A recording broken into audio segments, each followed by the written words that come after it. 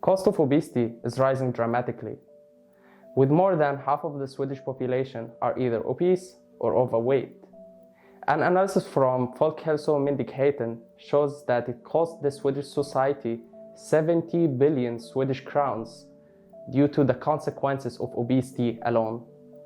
Furthermore, children who are obese or overweight are most likely to stay obese and overweight in their adult life. We have invited Cactus to tell us more about the problem and their solution.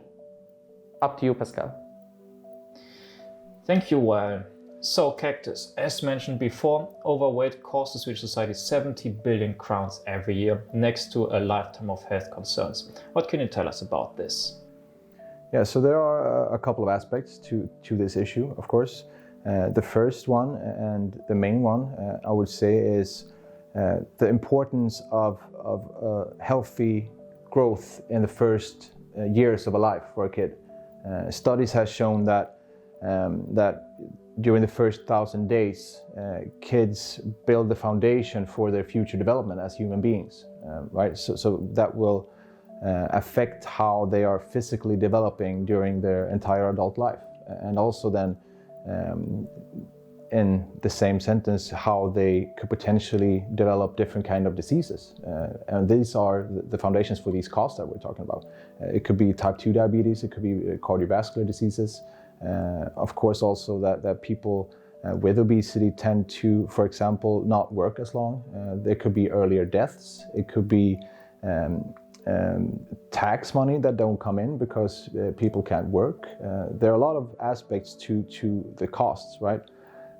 But then we have the other aspect of the healthcare, which is then that during the first 2 years, parents are engaging in the National Barnavårdscentralprogrammet. So that entails parents to, of course, go to these meetings. They're doing it very frequently the first time of a kid's life, and then it gets less frequent up until 2 years, right? And what we see here is that during these gaps between the data points, between the measuring and the advice, there are room for the creation of bad habits, not having the chance of being influenced by the healthcare. And first of all, for first-time parents, it's having a kid and nurturing a healthy growth is not something that is natural to everyone. It's hard. It's hard. All right, and you have a solution to that you mentioned. Could you tell us more about that? Of course. So we are building a platform, and this platform will be directed at the people with the major influence on kids' development. And as I mentioned before, it's of course the parents. So this platform will be directed at parents to use, and it will offer a possibility for parents to, first of all, monitor their kids, to also then deliver risk assessments and future physical projections. And this is enabled through an algorithm that we are creating. And this algorithm is based on the results from a research project that we have access to, which is called Tillväxtprojektet Halland. Sounds promising. So what can you tell us about solutions that are already out there? Yeah. So as you say, there are other solutions, other mHealth apps, for example, out there on the market. The major difference, though, between our competitors and us is our foundation in evidence, credibility, research, and that is something that we actually take a lot of pride in. And as I mentioned, we base our solution almost entirely on the results from a research project that we have access to. And this research project is called Tillväxtprojektet Halland. So this basically entails that they have followed 2,666 kids during 14 years from the day they are born.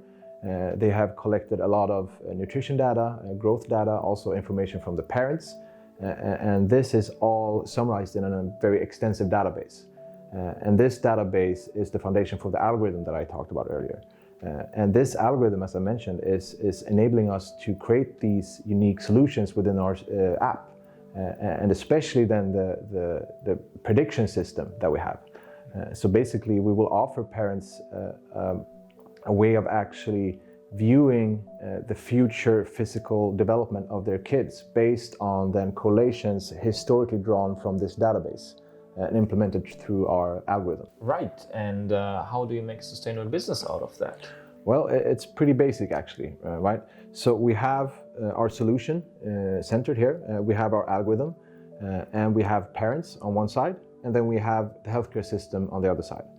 Parents will be responsible for improving and increasing our algorithm, making it more accurate and being able to deliver more specific and accurate results that we offer. And this will then in turn create value for the healthcare, right? As I mentioned earlier, there are gaps in the national barnavårdscentralsprogrammet, and our solution can actually help create a more complete patient journal in terms of the kids' growth curves, right? And this is something that we believe can actually play a huge part in the current restructuring of the healthcare system, right? Moving from a reactive system to a preventive system. Sounds good. So who's with you on that journey? Who's in your team? Well, we have an amazing team. We are an intercultural team with a lot of different backgrounds, both academically and professionally. We have Pascal, who has a lot of experiences within communication all over the world. Well has worked a lot with product development and technology. And myself, I've been doing a lot of sales. And we are also in a close collaboration with two researchers and pediatricians with a lot of experiences in the field. All right, this was very insightful. Thank you very much for your time. Thank you for having me. This was Cactus. Thank you very much.